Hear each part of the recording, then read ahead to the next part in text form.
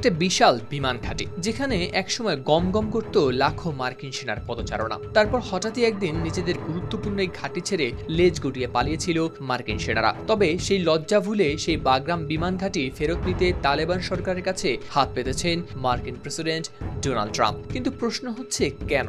আসলে কি শুধু হারানো ক্ষমতা ফিরে পাওয়ার লড়াই, নাকি এর পেছনে লুকিয়ে আছে আরো বড় কোনো কৌশল? কারণ শক্তিধরদের এই টানাপোড়েনে এই জায়গা এখন শুধু একটা বিমান ঘাঁটি নয়, বরং কৌশলগতভাবে নজর কেড়ে নিয়েছে সারা বিশ্বের।